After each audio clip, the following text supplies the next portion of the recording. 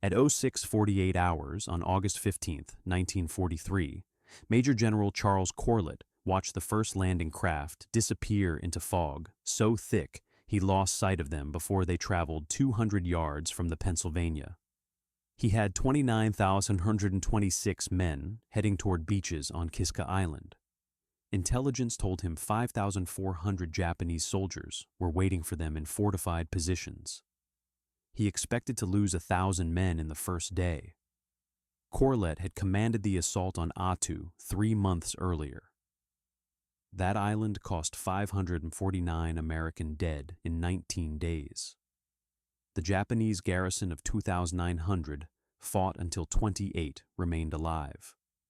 Corlett still remembered walking through a bunker where 3 Japanese soldiers had tied themselves to a machine gun with telephone wire so they could keep firing after being shot. Kiska had twice as many defenders and 14 months to prepare. The naval bombardment stopped at 06:45. Silence felt worse than the guns. Corlett listened to radio reports from the landing craft. Weather worsening, visibility down to 40 feet, waves running 4 to 5 feet. The boats kept going. First wave touched down at 07:01. Radio silence for 3 minutes. Then reports started coming in. Beaches clear. No enemy fire. Advancing inland. That was wrong. Japanese doctrine called for allowing assault forces to land before opening fire. But even without firing, there should be mines, artillery, something. The silence continued. By 07:45, more than 2,000 men were ashore across 4 beaches. Still no contact. Patrols reported finding defensive positions, but no defenders. Bunkers empty, trenches empty. Firing positions overlooking the beaches completely unoccupied. Corlett ordered reconnaissance elements to push inland faster. If the Japanese had pulled back from the beaches, they would be in secondary positions. The patrols moved through fog that reduced the world to gray shapes 20 feet away. Radio reports continued. More empty positions. No mines found. No bodies. No equipment. Just abandoned fortifications. At 09:02 hours, small arms fire erupted near the northern landing beach. Radio reports came in fast. Contact.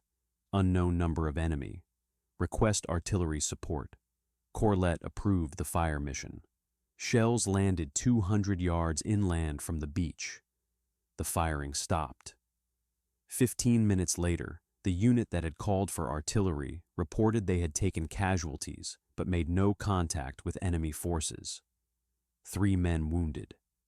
They believed they had been hit by fire from a friendly unit on their flank that had seen movement in the fog and opened fire. At 10:43 hours, a patrol from the 7th Infantry Division reported taking fire from a rocky hill 600 yards from their position. They called for covering fire from units to their east. Both groups opened fire. The exchange lasted 4 minutes. When it stopped, the patrol advanced on the hill and found no Japanese positions. They found shell casings from American rifles.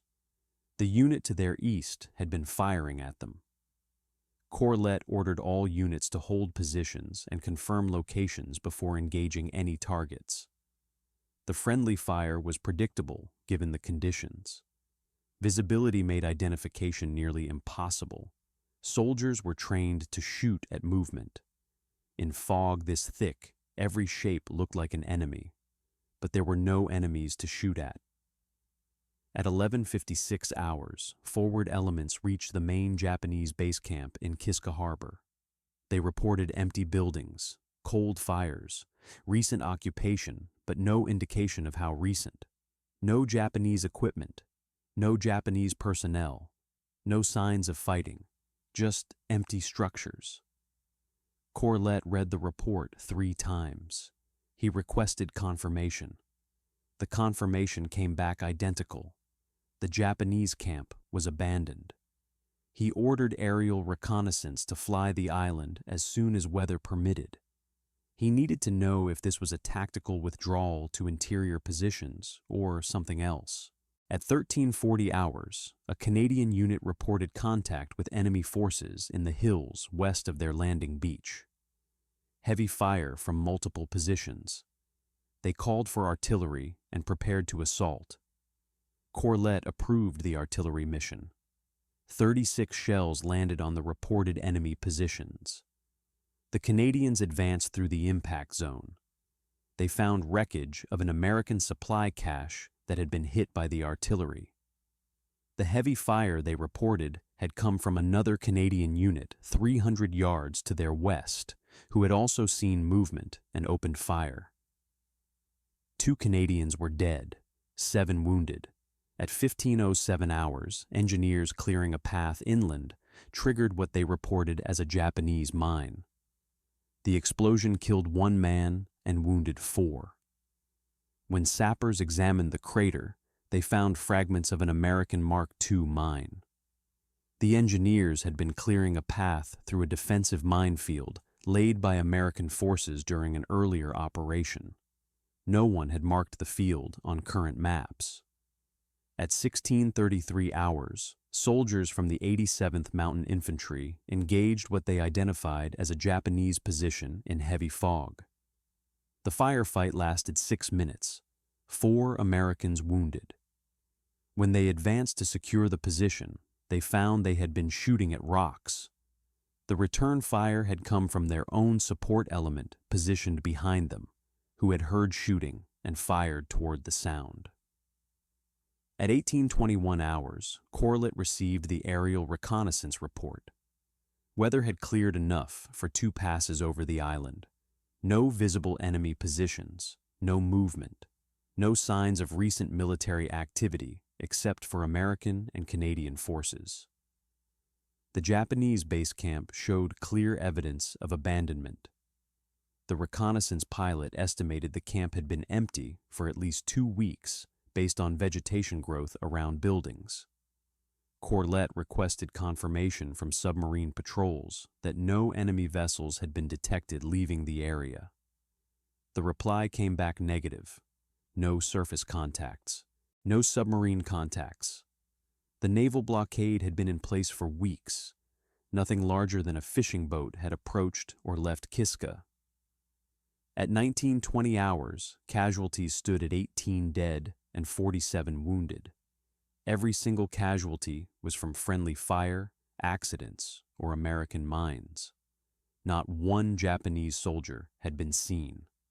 Not 1 Japanese body had been found. Corlett ordered all offensive operations halted.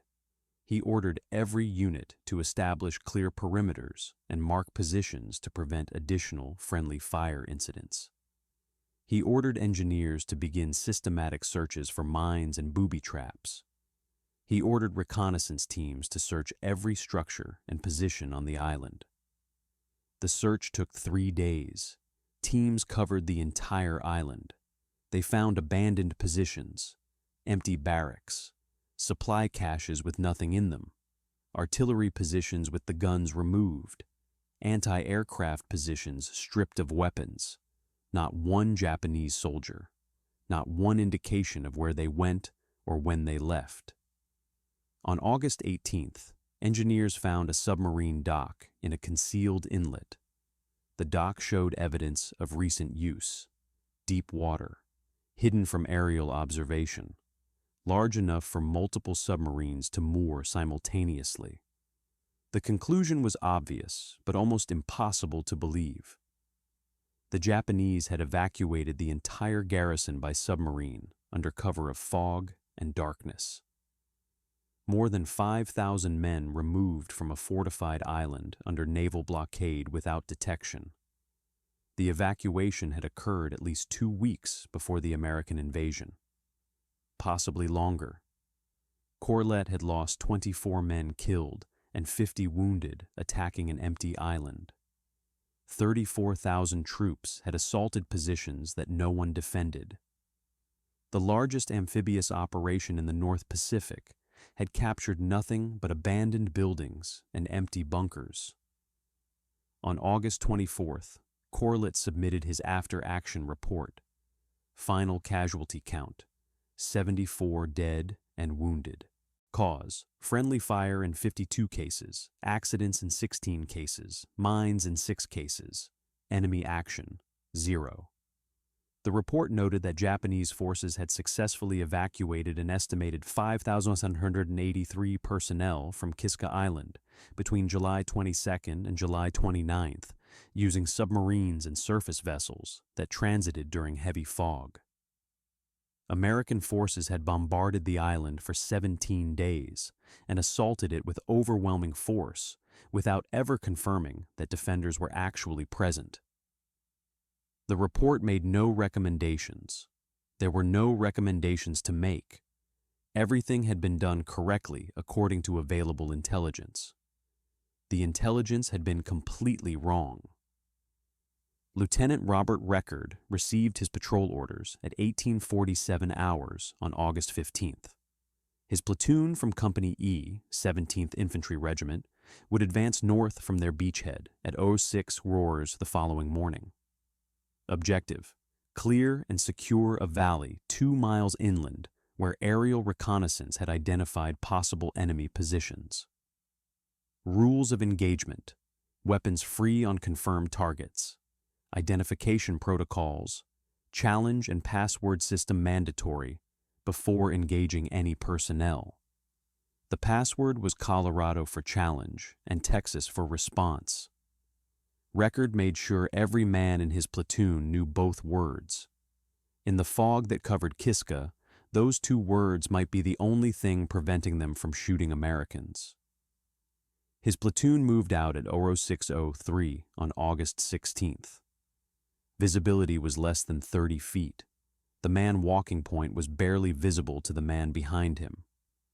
Record ordered the platoon to close intervals to 10 feet and maintain voice contact. Every 30 seconds, the point man called out his position. The man behind acknowledged. The chain continued down the line. It was the only way to maintain unit cohesion when you could not see your own people. The valley was 400 yards from their starting position. It took 53 minutes to cover the distance. Movement through tundra was exhausting. The ground was soft in places and firm in others with no pattern. Soldiers sank to their ankles without warning. The grass was knee-high and made every step require effort. At 06:56 hours, the point man reported structures ahead. Record moved forward to assess. He could see the outline of a building through the fog, possibly a barracks. The shape was wrong for natural terrain.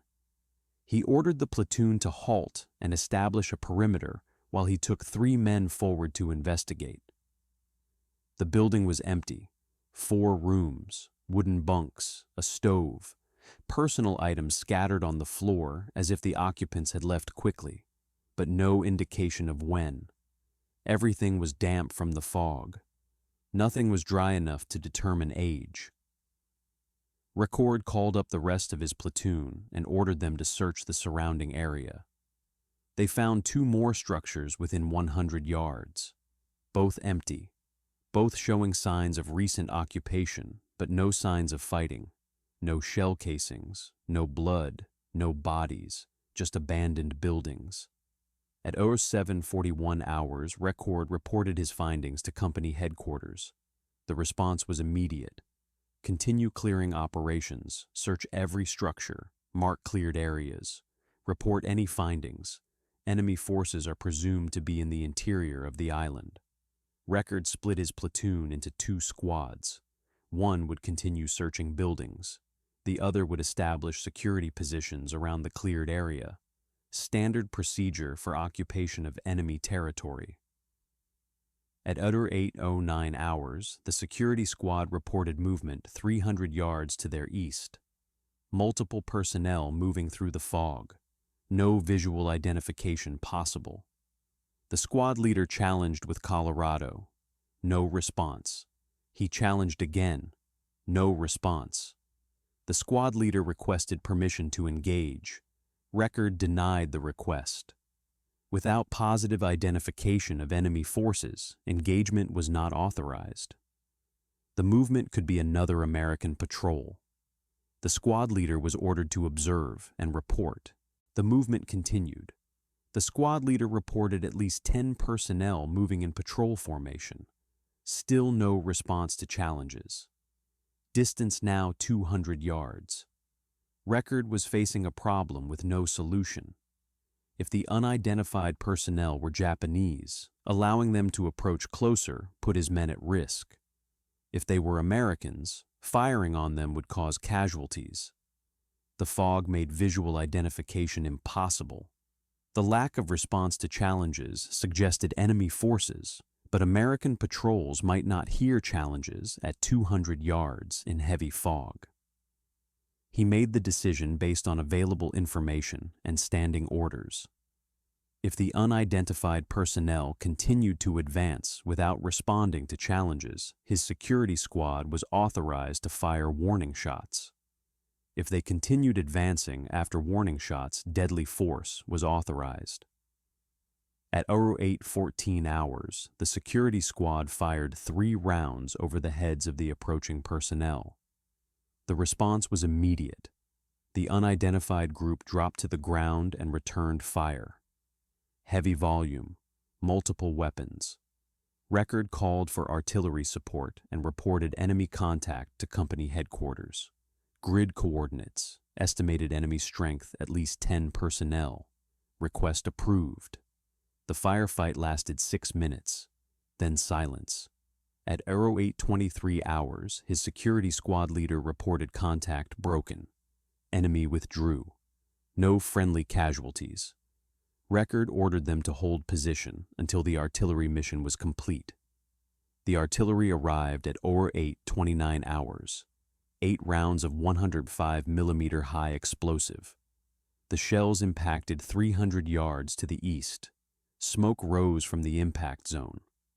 At 08:35 hours, Record ordered both squads to advance on the position and assess damage.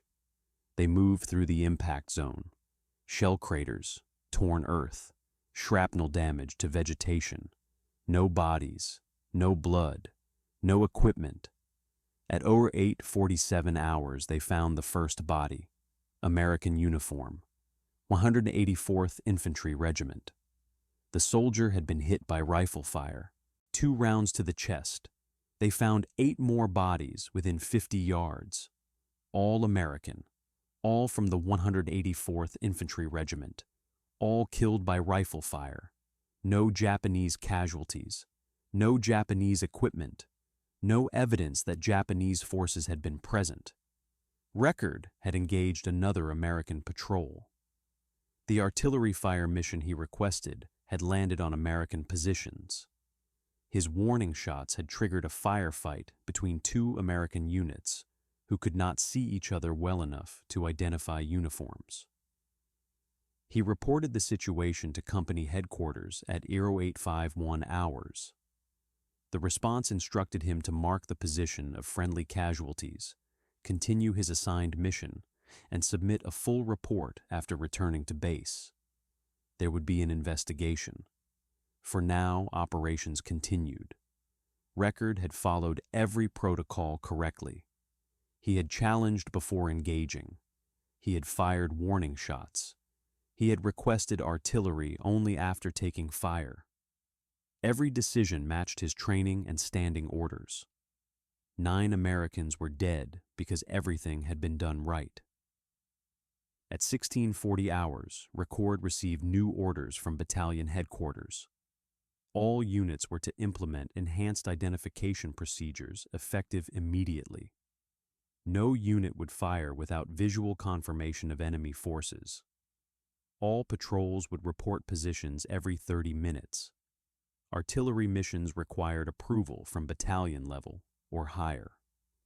Movement between positions would be coordinated through headquarters to prevent units from encountering each other unexpectedly.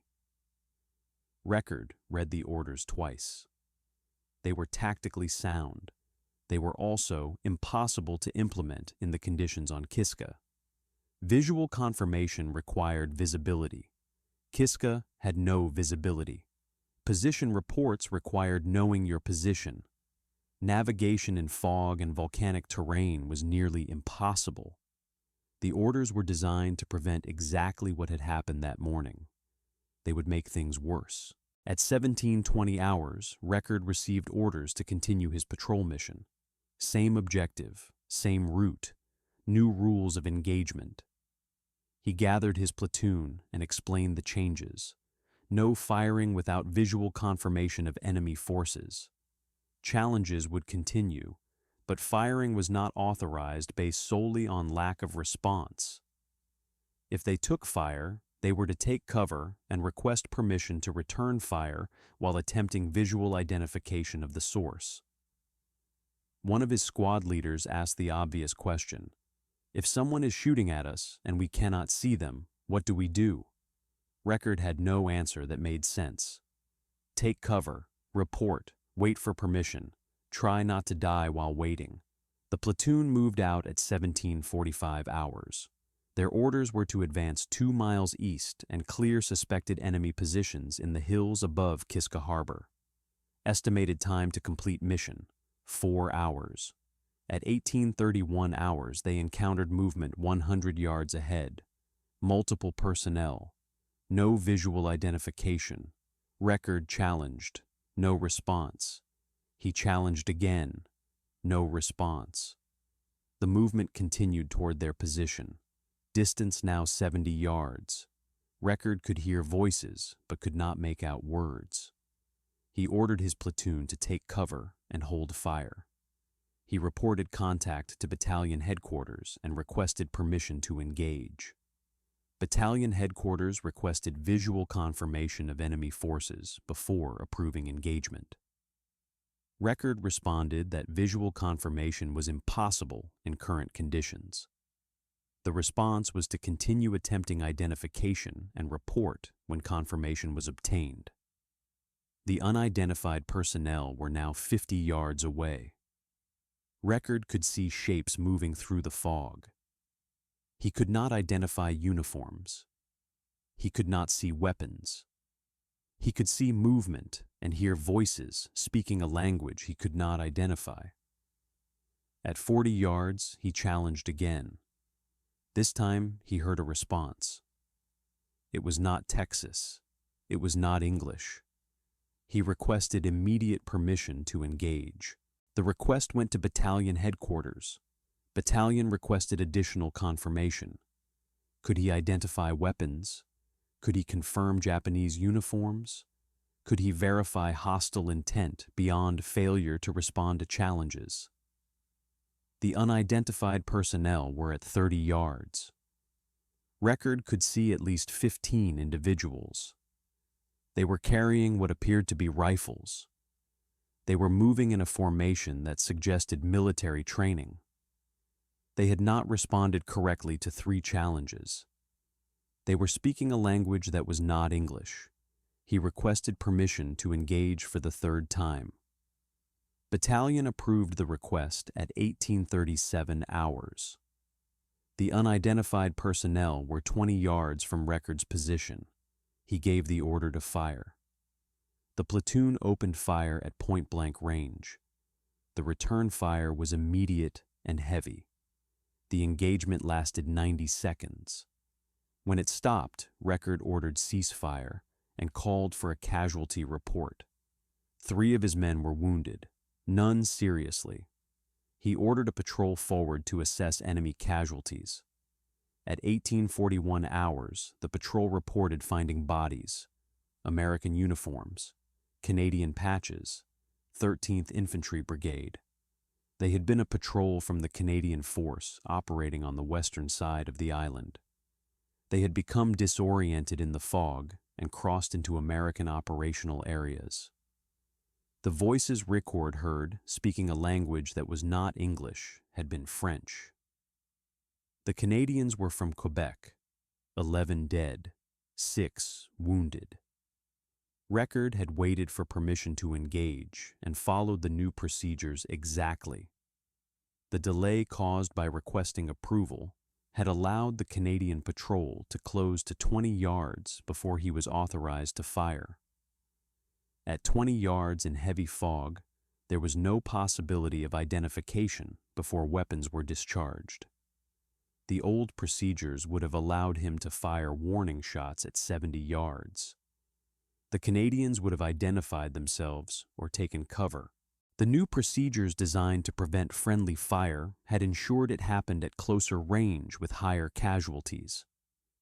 Record reported the engagement at 1843 hours. The response from battalion was identical to the previous incident. Mark casualties. Continue mission. Submit full report later. There would be an investigation. At 1920 hours, Record received orders to return to base. His patrol mission was suspended. All offensive operations were being halted until further notice. He was to return by the most direct route and report to battalion headquarters upon arrival. The platoon started back at 1935 hours. It took them 2 hours and 40 minutes to cover the distance to their original beachhead. They moved slowly. No one spoke. The fog had not lifted. Visibility remained less than 30 feet. Every shadow looked like an enemy. Every sound suggested contact. Record did not challenge anything they encountered. He ordered his men to avoid all contact and move around any personnel or positions they detected. They reached their base at 22:15 hours. Record reported to battalion headquarters at 22:30 hours. He was informed that casualties across all American and Canadian forces on Kiska now stood at 47 dead and 81 wounded. All friendly fire. All from units following orders and implementing procedures designed to prevent exactly what was happening. He was ordered to write a detailed after-action report, covering both engagements his platoon had been involved in.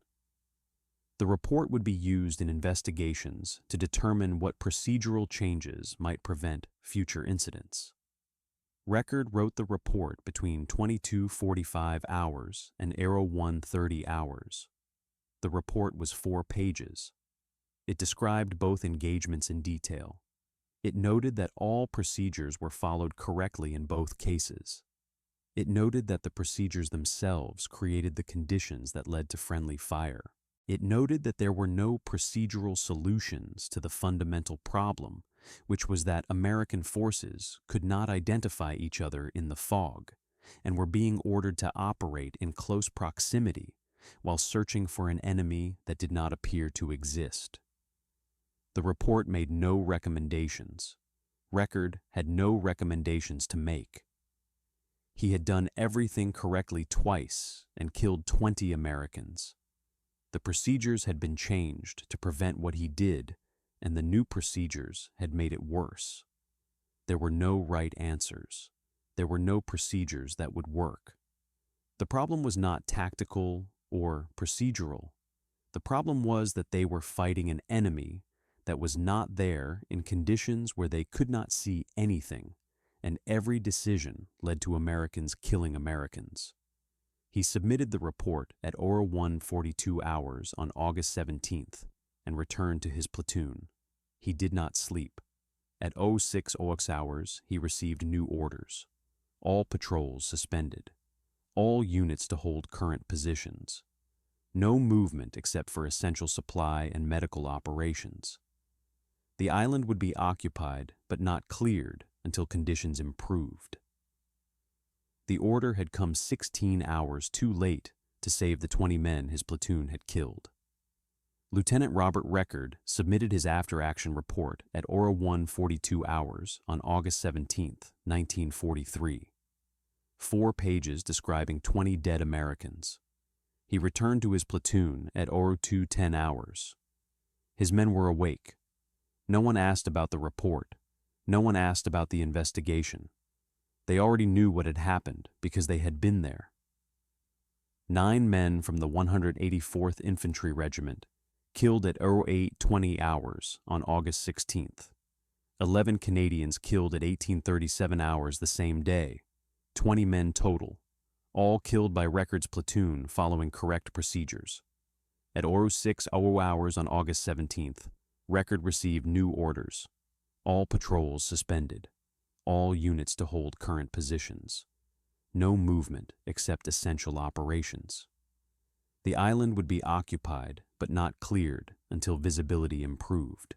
The order meant his platoon would remain in place, doing nothing, while investigations determined whether he had done anything wrong by doing everything right.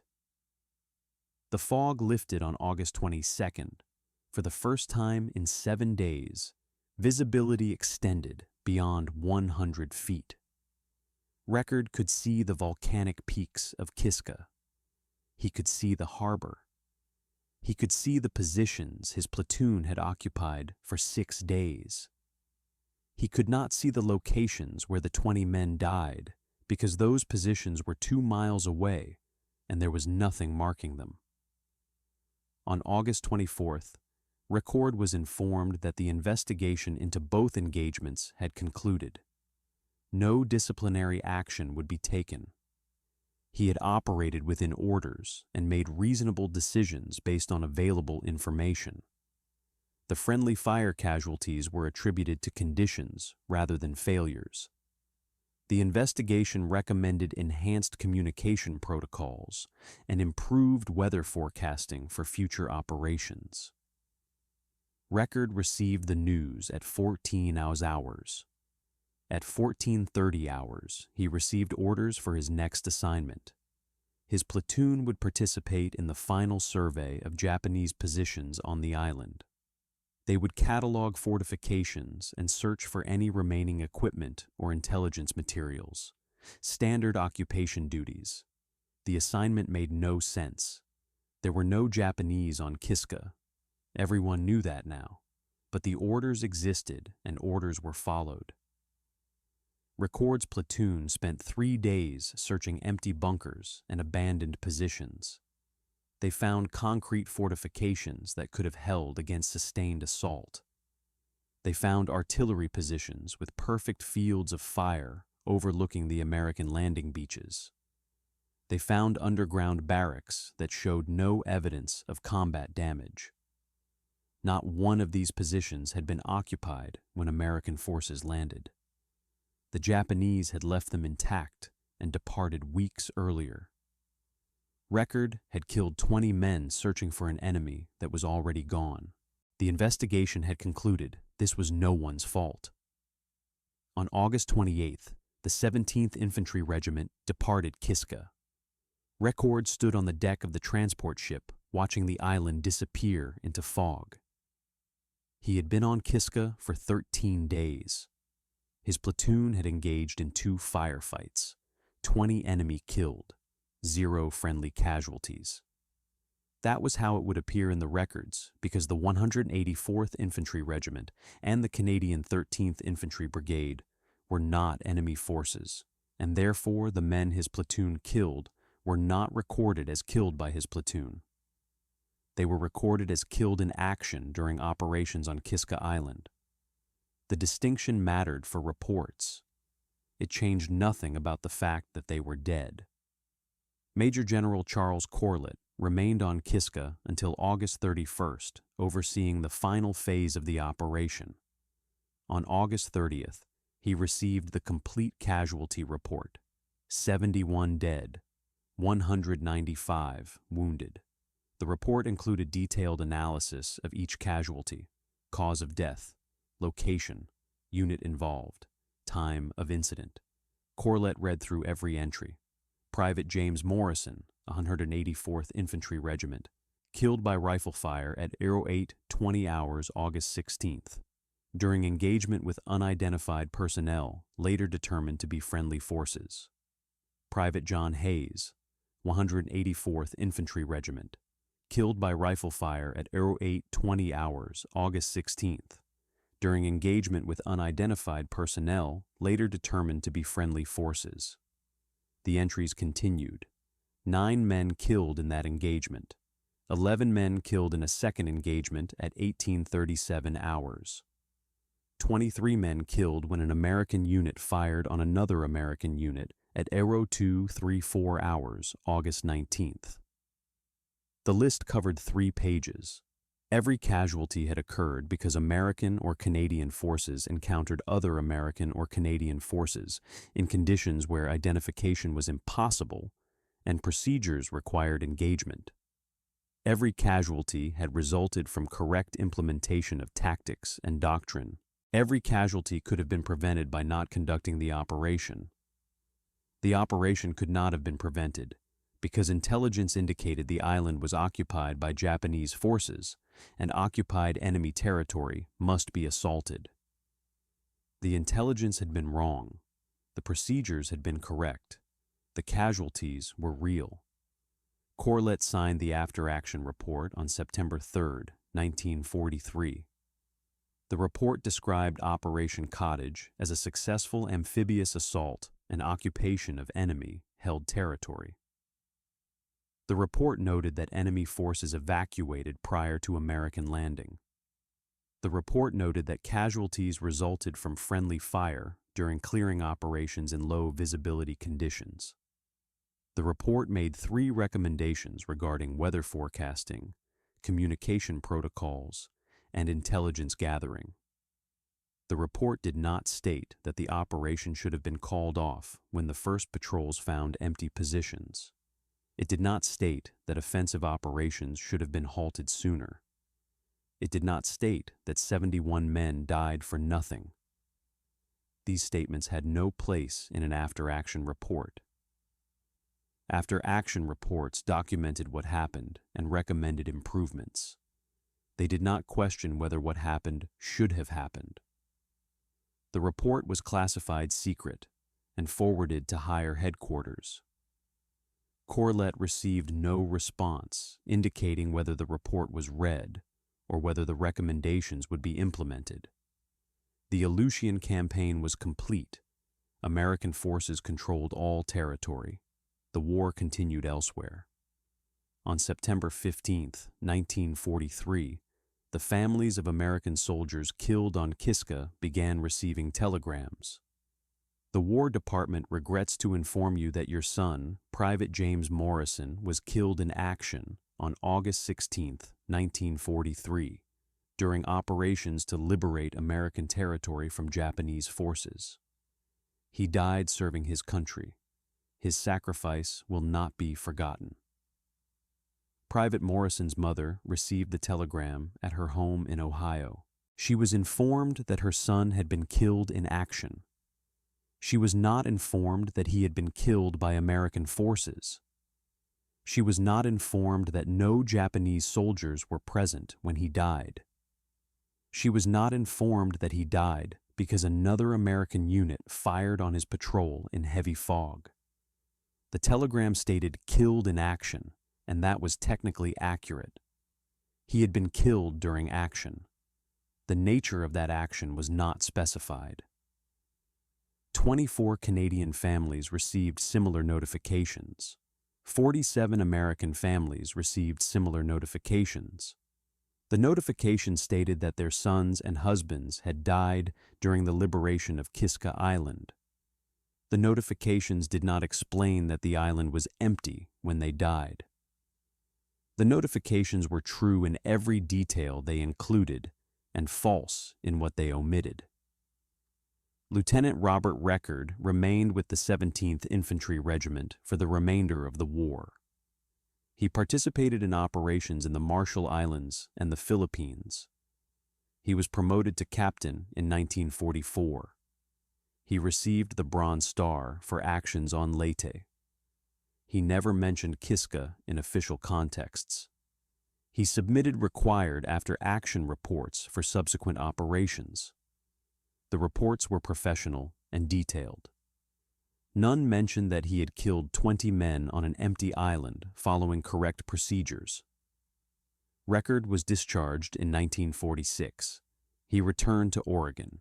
He worked in civilian employment. He married. He did not discuss his military service in detail. When asked about the war, he mentioned the Philippines and the Marshall Islands. He did not mention Kiska. He died in 1989. His obituary listed his military service and decorations. The Bronze Star was mentioned. Kiska was not. On Kiska Island, a memorial was erected in 1987. The memorial lists the names of American and Canadian soldiers who died during operations on the island. 71 names.